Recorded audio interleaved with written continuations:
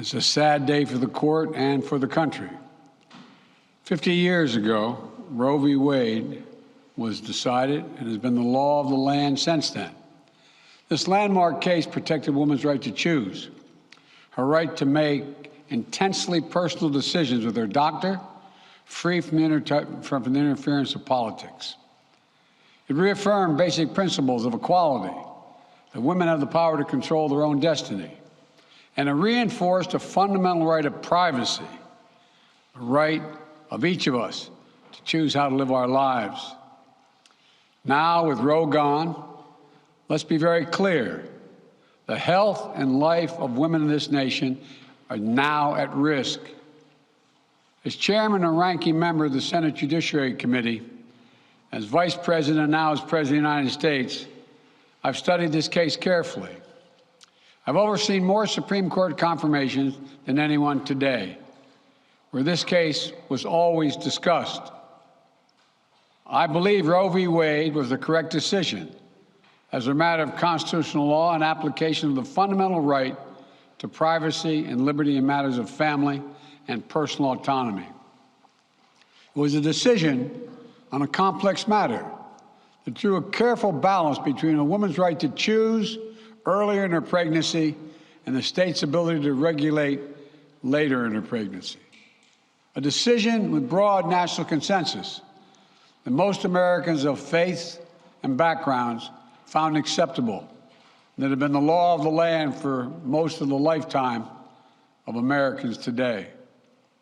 And it was a constitutional principle upheld by justices appointed by Democrat and Republican presidents alike. Roe v. Wade was a 7-2 decision, written by a justice appointed by a Republican president, Richard Nixon. In the 5 decades that followed Roe v. Wade, justices appointed by Republican presidents from Eisenhower, Nixon, and Reagan, George W. Bush, were among the justices who voted to uphold the principles set forth in Roe v. Wade. It was 3 justices named by one president, Donald Trump, who were the core of today's decision to upend the scales of justice and eliminate a fundamental right for women in this country.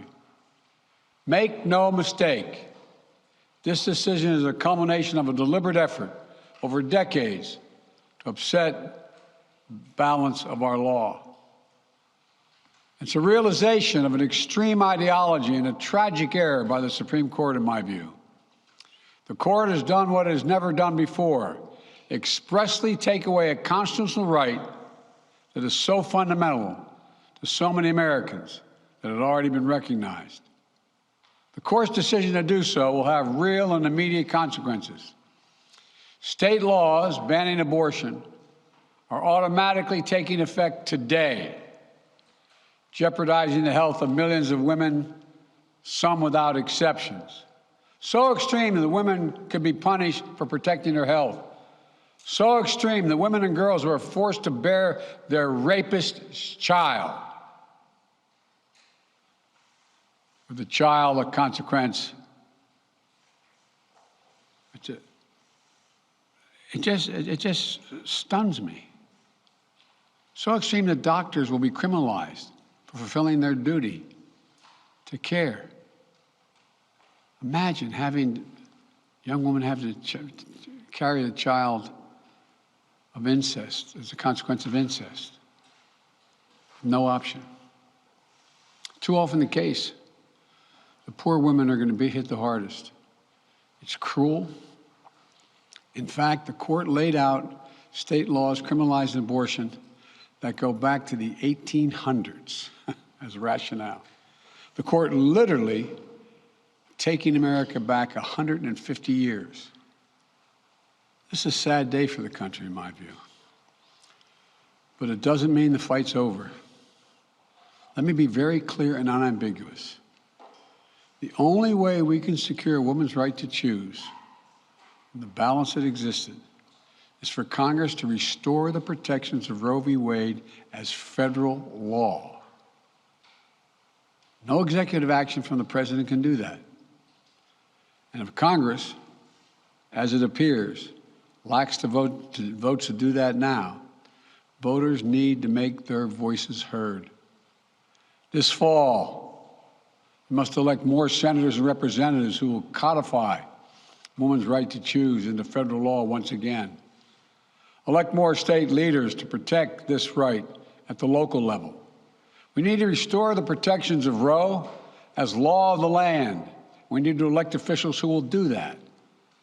This fall, Roe is on the ballot. Personal freedoms are on the ballot.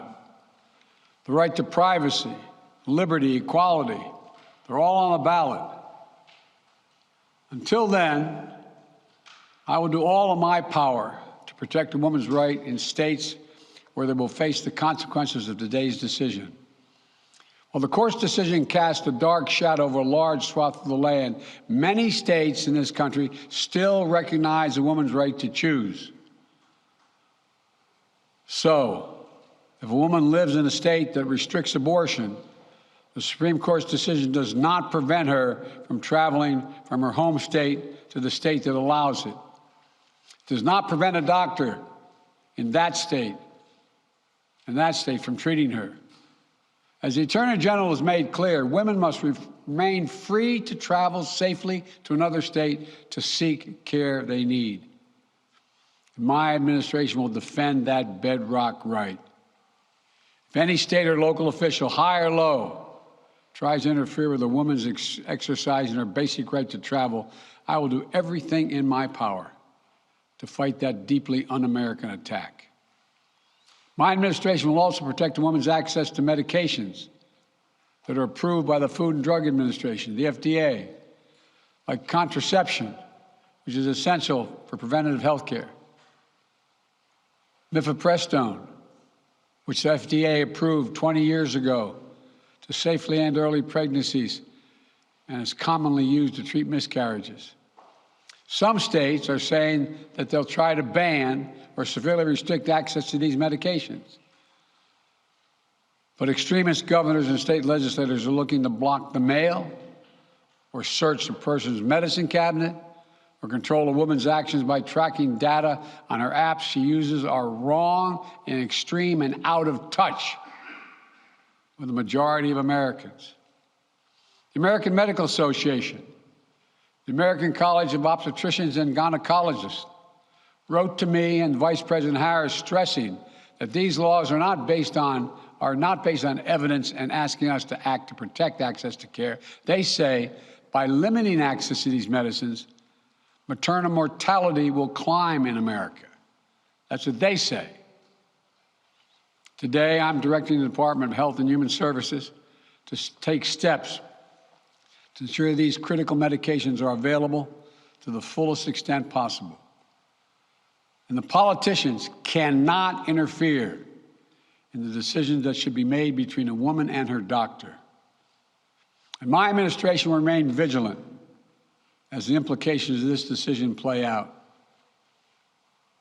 I've warned about how this decision risks the broader right to privacy for everyone. That's because Roe recognized the fundamental right to privacy that has served as a basis for so many more rights that we've come to take for granted, that are ingrained in the fabric of this country. The right to make the best decisions for your health. The right to use birth control, a married couple in the privacy of their bedroom, for God's sake. The right to marry the person you love. Justice Thomas said as much today. He explicitly called to reconsider the right of marriage equality, the right of couples to make their choices on contraception. This extreme and dangerous path the court is now taking us on. Let me close with 2 points. First, I call on everyone, no matter how deeply they care about this decision, to keep all protests peaceful. Peaceful, peaceful, peaceful. No intimidation. Violence is never acceptable. Threats and intimidation are not speech. We must stand against violence in any form, regardless of your rationale. Second, I know So many of us are frustrated and disillusioned that the court has taken something away that's so fundamental. I know so many women are now going to face incredibly difficult situations. I hear you. I support you. I stand with you. The consequences and the consensus of the American people, core principles of equality, liberty, dignity, and the stability of the rule of law demand that Roe should not have been overturned.